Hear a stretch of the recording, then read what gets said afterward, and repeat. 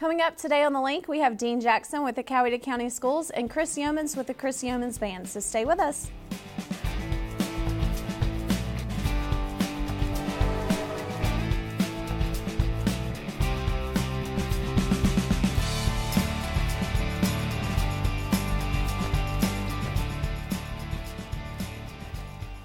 Welcome to The Link. I'm Laura Horton. And I'm Mark Whitlock. We have a great show for you today, and finally, I think we have some fall weather in the air. I think it's happening, and about time. It's just in time for all the activity in the community. Yes. I mean, Halloween's right around the corner, then we'll be coming into November, so we are about to be super busy. And this week on our show, you're going to be talking with Dean Jackson.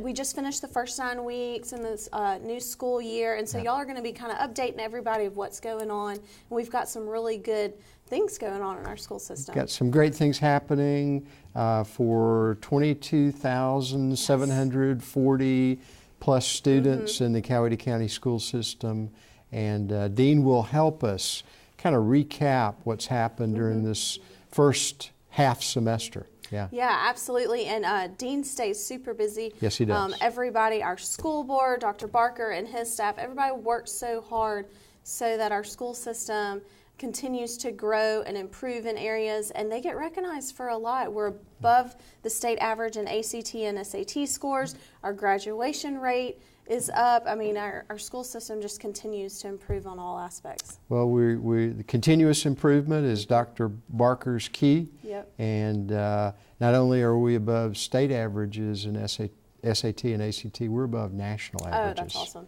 Yeah.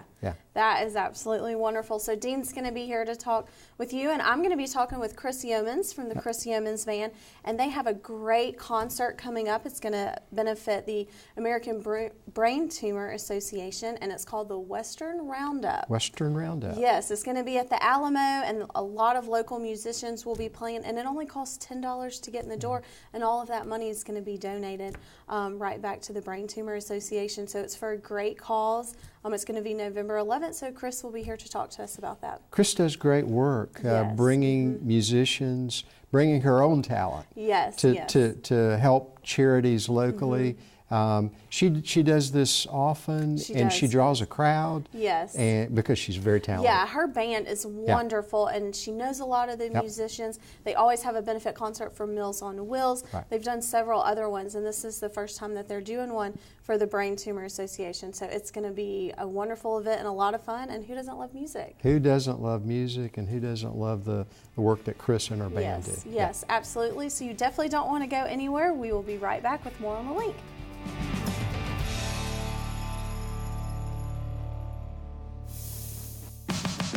Explore this great American country. Traveling is in our blood. Search for hidden gems. I love second chances. And uncover the unexpected. Get out there. You never know what you'll discover. Life's a trip. Make your journey our destination on GAC.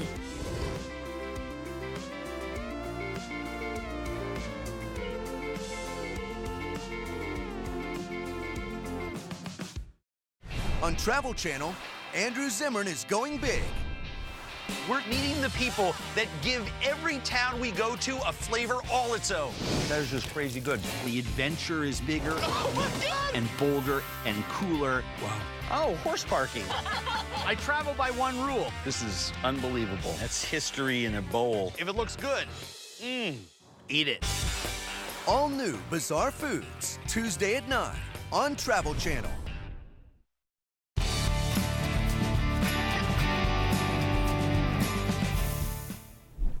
Welcome back to The Link. Joining me right now, I have Chris Yeomans with the Chris Yeomans Band, and we are here to talk about the Western Roundup that is going to be November 11th at the Alamo.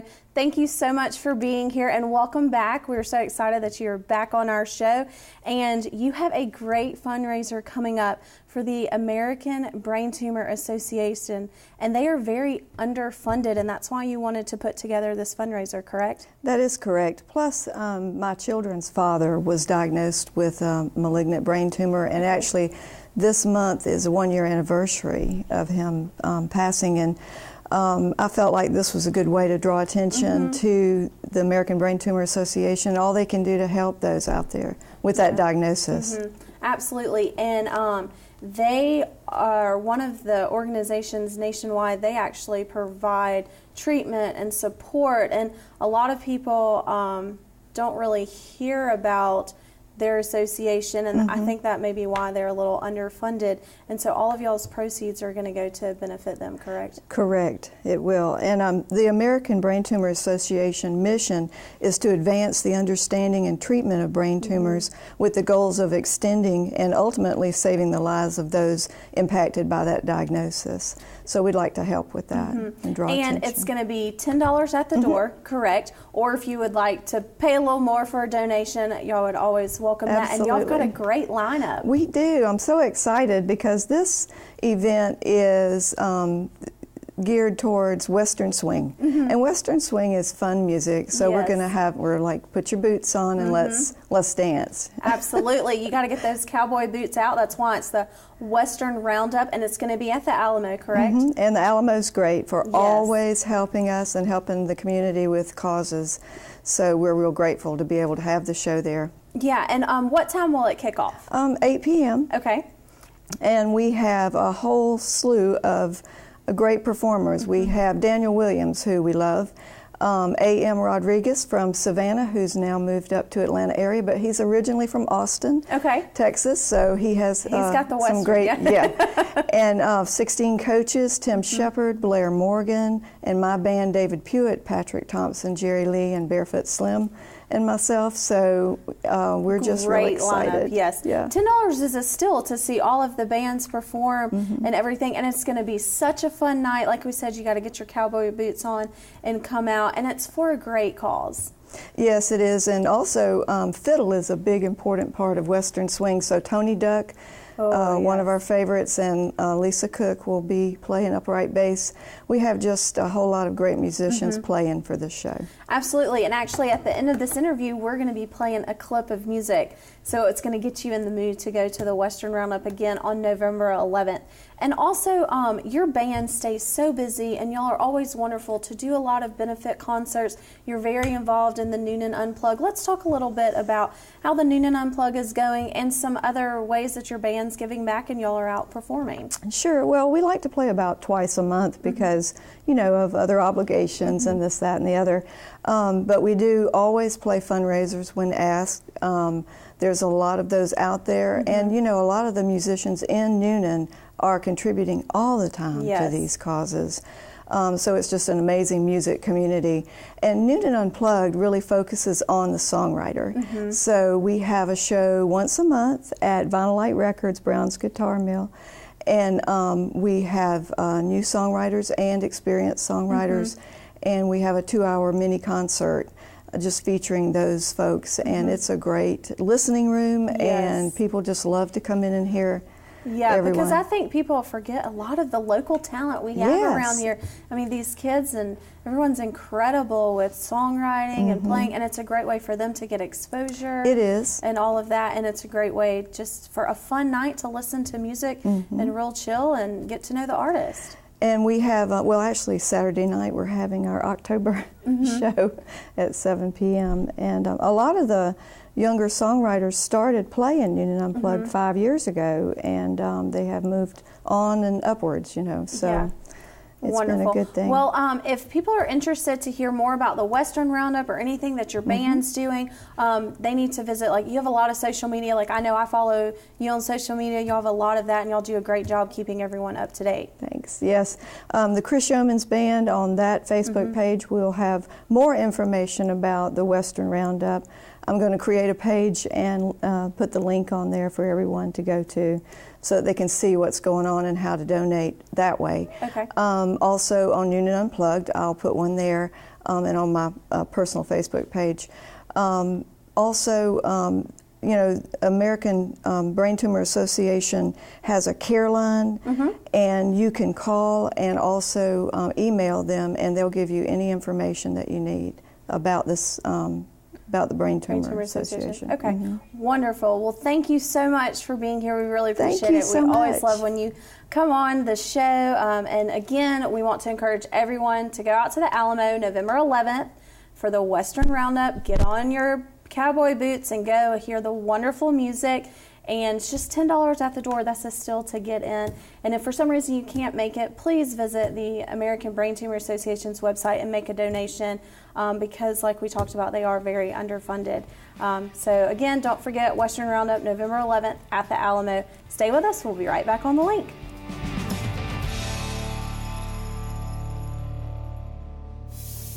I get right. One of the most important steps in getting into your dream home is being able to sell your existing home. We're trying to help families get top dollar for their current place and get them into a home that works for the family. Yes! We want to show practical steps that people could use to get that top dollar. Wow! It's so important to know where to spend the money when you're renovating your home to sell. You have to appeal to the most buyers possible. Catch an all-new Property Brothers Buying and Selling, Wednesday night at 9, only on HGTV. On Travel Channel, it's time to solve a mystery. Secrets, intrigue, history. Join Don as he journeys across the world for hidden clues. Howard Hughes flew airplanes and broke speed records. American treasures. Smokey Bear had become a national celebrity. And thrilling secrets behind the world's most fascinating wonders. Maybe the aliens are coming down. Now we're having fun. All new Mysteries at the Museum, next Thursday at 9, only on Travel Channel.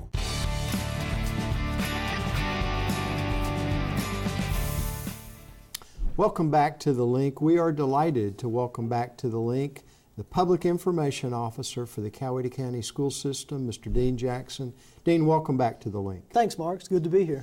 Dean, it's good to have you. It's time to catch up. We're already halfway through the first semester of the year. It's been busy. It's been very busy. We've had a good first semester, and you're right, we just finished. I just had report cards go out. It feels like fall, and we have the noon East Coweta game coming up in a couple of weeks, so we're kind of in a good place, but we're busy. Dean, let's get some updates. Has the school system grown? Where's enrollment? Talk about that for a minute, if you would. In fact, I'll talk about that for just a couple minutes, if you don't mind. Sure. Right now, we're at about 22,750 students, and let me, just sort of suggest why that might be interesting. That particular number. Mark, for 20 years, basically leading into the recession, Coweta County School System sort of grew like this, a curve, something like this. It was actually about 4% a year. And kind of with the growth of the county. Absolutely. Which was spurting at the time. Absolutely. And Coweta, like a lot of counties, that growth kind of stopped, say, a couple of years after the recession. But you're absolutely right. We grew frequently at 500, 1,000 students a year, sometimes more, for pretty much 20 years. And it took us from a system of not far over 10,000 students to about 22,000 students. In fact, a couple of years after the recession, I remember this, we sort of peaked out at net enrollment pre-K through 12 at about 22,650 students. And then, like a lot of counties around us, we dropped back. Not a lot, but we dropped back some. And then we'd pick up 50 or 100 students and drop back. And we dropped as low, I think, a couple of years after the recession to about 22,250. 22,250, 22,650 at that peak, and it just sort of bounced there. This is the first year that we've gone back over. Last year we ended at about a little under 22,600 students. And the question that's been on the school system's mind and a lot of our parents and our community's mind is, we know our community's growing, we're adding houses again, we're seeing people build, we're seeing people move. Are we growing as a school system? And the answer is yes, not anywhere near the rate that we did in, say, the 90s and 2000s, but a couple of hundred a year, that we seem to be adding. Going back a couple of years ago, the school system contracted with a couple of different demographic firms, one of those being Education Planners, LLC. Gave us really good demographic information working with the state and other local authorities, the counties and the cities, county and the cities. They've come back in throughout this entire school year, essentially on retainer from the school system, to update those demographic studies, but also make a number of recommendations about how the school system should go forward. And to add to that significantly, at the end of September, Education Planners LLC, Superintendent Steve Barker, and the school system held 6 different community conversations, is what they called them. 6 middle schools. We went to those middle schools talking not just about middle school growth, but just all the growth throughout the entire community. What's the live birth rate? What's the where are some of the major subdivisions adding on? What's the just how people are buying houses, where they're buying houses, where the kids are, is what that all is coming down to. And are we kind of seeing a return to growth? And it's still preliminary to say right now, but on the one hand, a couple hundred parents heard some really good information about what direction the school system is going, and also gave some good feedback about what direction the school system should go in terms of its facilities planning over the next couple of years.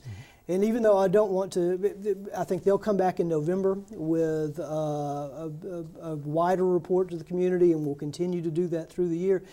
What they said was, yes, you are seeing sort of a return to growth. Maybe not at, again, this rate, maybe more at this rate. Nothing that's dire, but something to start thinking about in the years coming out.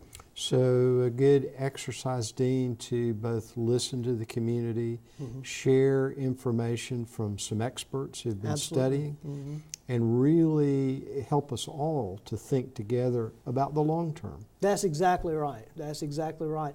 And our community just last spring renewed the special purpose local option sales tax. The collections on that newest iteration of the sales tax, it goes for 5 years, started this last summer.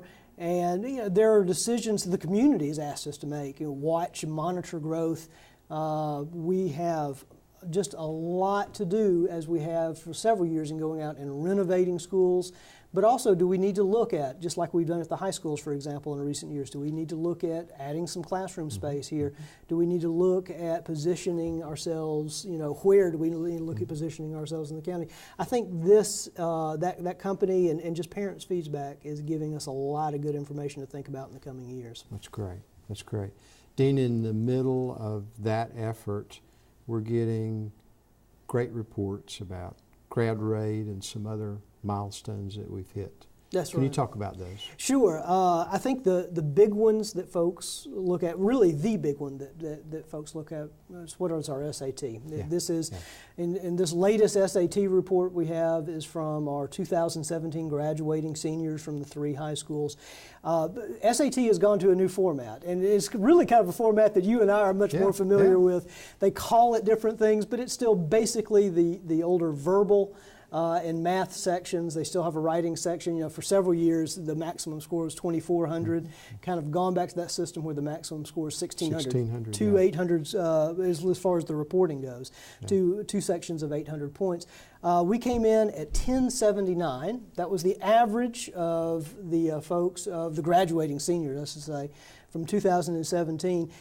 That compares to 1050 for the state of Georgia on average, which actually has come up pretty well. You know how people used to say the state of Georgia is next to last in the nation? It's about number 30, I think, right now, which is not bad considering the very high participation rate that Georgia has in the SAT. So it's actually, there's a lot of good news with the SAT in Georgia. Georgia on average is 1050. We're 1079 as a community. But what's also great about that is, first of all, the national rate is 1060. So as a county, as a school system, we're 19 points over that national average. Wow. Over the state and national average, actually, for the 3rd year in a row. And there have been times when you go back in the past that we've kind of dipped above that national average and come down. And we've always done well. We've kind of been above the state of Georgia for several years. But we're very consistently, as a school system, scoring on average well above the national and the state average. And what's really great is it's not just us as a county, it's all 3 of our high schools. That's great. So it's not as, we have, every year the high schools are competitive. They want to see who came in highest on the SAT, and I think that's great. but nobody is way up here while somebody's down here. Not all pockets of performance, overall performance. It's very consistent performance among our 3 high schools. And by the way, that also extends to the ACT. Yeah. We're having higher participation rates in the ACT, and we have also seen for the 3rd year in a row that Coweta County is above the state and the nation in the ACT, so paralleling what that level of performance in the SAT. And just to mention something, our graduation rate, that's something that we really look at, all schools look at nationwide. 85.5% of our students in 2017 graduated on time. Not just graduated, but graduated on time. So there may be students who have to stay that extra semester or extra year to completely graduate from high school, but the cohort that started 4 years ago, in their high school experience, 85.5% of them graduated on time. That compares to about 80% from the state of Georgia. I don't know what the national rate is. It usually lags, but I'm going to guess, because looking back at our past performance over several years, that we're right at or maybe even slightly above that national rate as well. That's great news, Dean. And as we wrap up this segment with you, one final bit of information. We've gotten a nomination for Superintendent of the Year. We absolutely do. Superintendent Steve Barker, of course, has been the leader of the Coweta County school system for several years, has done absolutely great things in this county. We obviously think and we know, but been recognized statewide about that. Georgia School Superintendents Association comes out with a Superintendent of the Year every year. Dr. Barker is one of 4 nominees, and I think we will hear in November. Maybe he's, we certainly hope so, that he is the State Superintendent of the Year, but he is one of 4 nominees for State Superintendent of the Year right now. Outstanding report about our school system. Dean Jackson, Public Information Officer, Coweta County School System. Come back often. I'll do it. Thanks, Mark. Thanks for what you and the school system do. You stay tuned. The Link will be right back.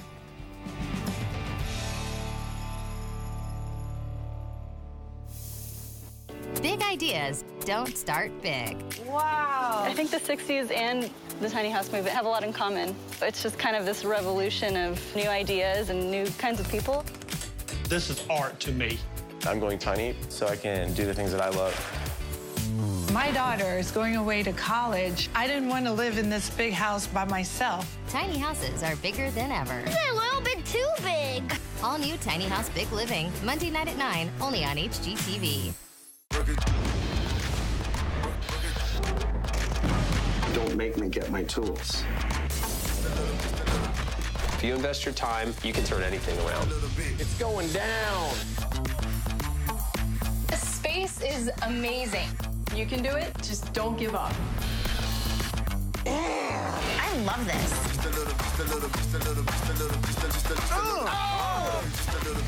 Do it right.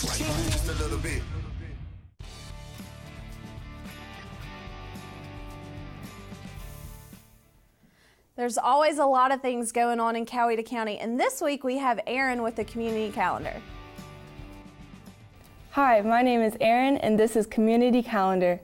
On Saturday, October 28th, Sharpsburg Baptist Church will be hosting a trunk or treat from 5 to 7 p.m. Candy, games, bounce houses, hay rides, food, and more. This event is free and a great time for family fun. Enjoy a mellow tour through Oak Hill Cemetery on Sunday, October the 29th at 3 p.m. You will view some older grave sections and will get a glimpse of the impressive family monuments. There is a admission fee of $15 per person. To sign up, please call 770-253-0500.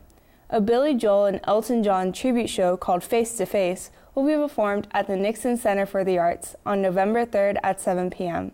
This show features all of the hits from both of the legendary artists.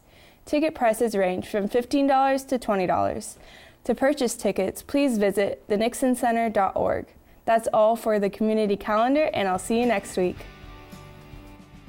Is your family looking for a special pet? Well, take a look at our pet of the week, Vicky, a black-mouthed cur.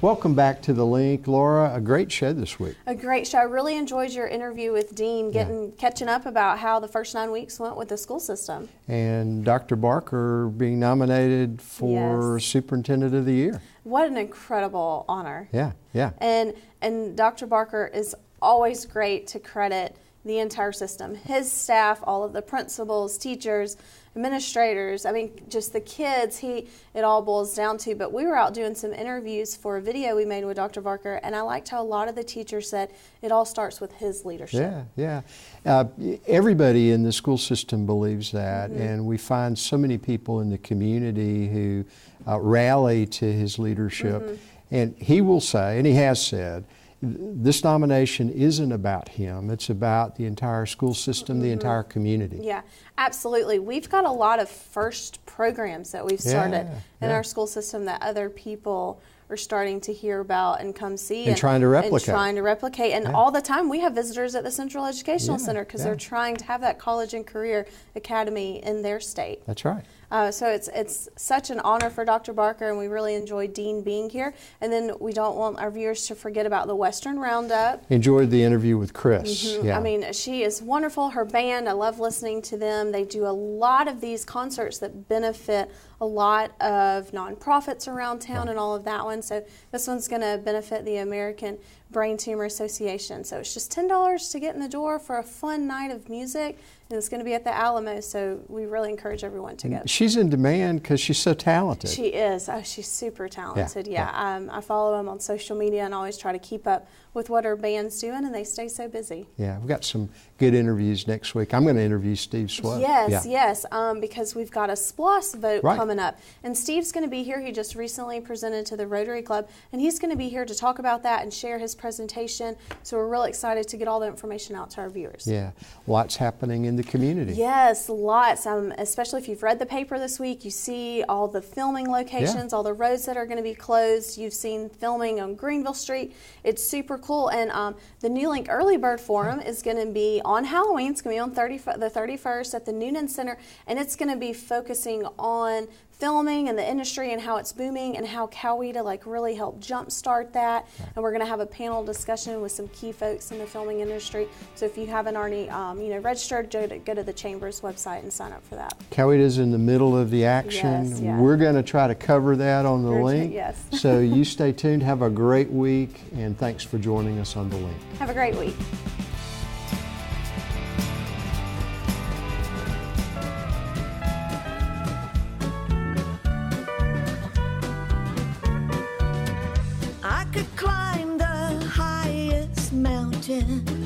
Cast my love to the wind, but every time you call my name, I'd fall into your arms again. Through the night, if we falter, darling, call on love that is true. Just remember, through it all, my heart was meant for you. Think there's time for doubting. You'll find me high upon the mountain shouting. There's no place for lonesome blues. My heart was meant for you.